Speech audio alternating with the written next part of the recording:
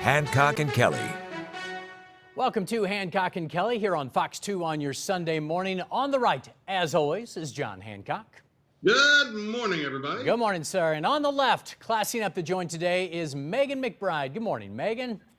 Good morning. Great to see you once again. And I'm John Brown. All right, we have a lot to get through this morning, so here is your rundown today.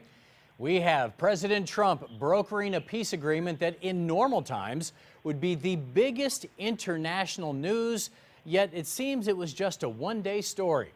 We also have the president disagreeing with his CDC director on when that vaccine for COVID might be available. And what is really going on with the economy?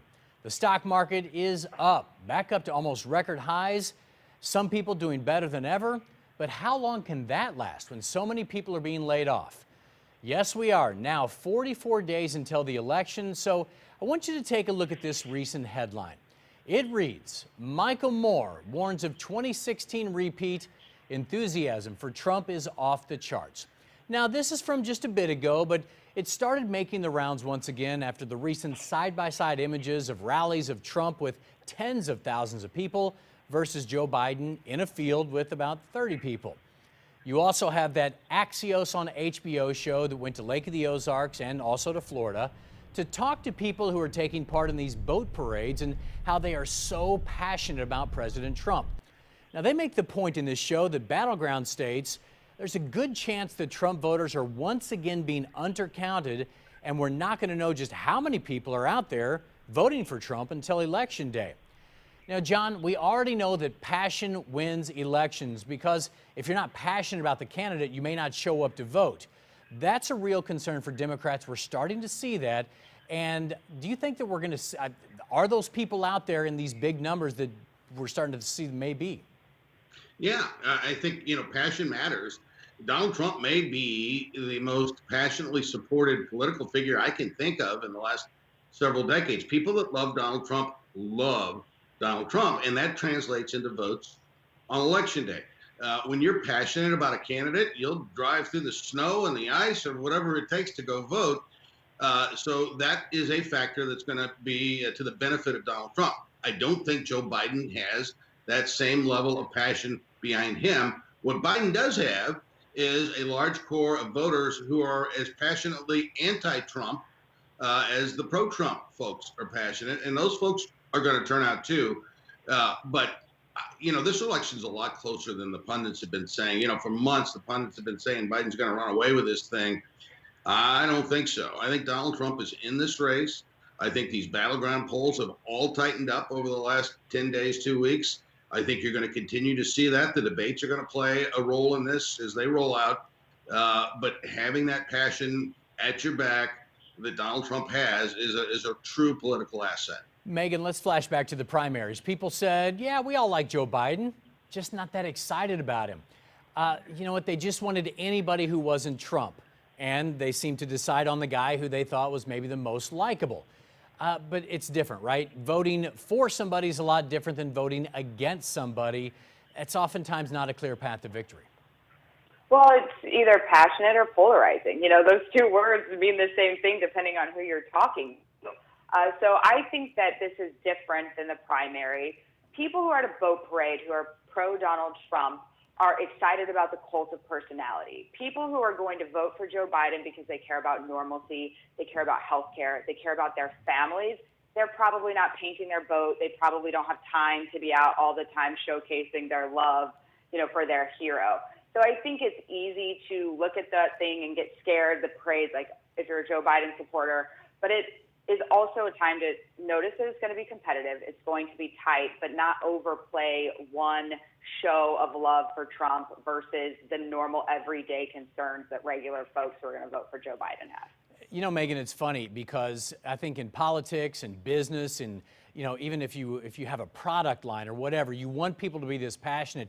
You think of the Bernie Bros, right? You had people with Ted Cruz and, you just go down the list of these cult of personalities. But it's a double-edged sword because the people are passionate, but then it's also off-putting where it's like, okay, I get it. You like your guy.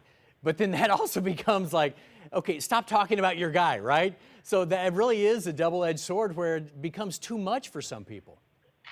Well, and it depends on what the ceiling is. I mean, I feel that the people who are very passionate about Donald Trump really are kind of at their peak. I don't think he's gathering more people to join into that fervor, not at a 10 or 15% of likely voters, right? So it really comes to, are there really uncounted passionate Trump people, or are they just a very loud group? All right, John, I want to talk with you about this one. The big news of the week that really was truly historic. A peace agreement normalizing relations between Israel, the United Arab Emirates, and Bahrain was signed at the White House on Tuesday. The ceremony on the South Lawn included President Trump, the Israeli Prime Minister Benjamin Netanyahu, the foreign ministers of the UAE and Bahrain. The agreement was negotiated by the president, seen in a step in the right direction by establishing peace. It was slammed by a lot of Palestinian groups, but normally this kind of thing would have been the biggest news for a week. It would have been seen as a huge step worldwide, but in this day and age, it was a one-day story. You would have talked about a Nobel Peace Prize for the president. I know you follow this very closely. Your thoughts on what happened this week? Well, it's historic, and you've got a situation in the Middle East. Israel's been there since 1948.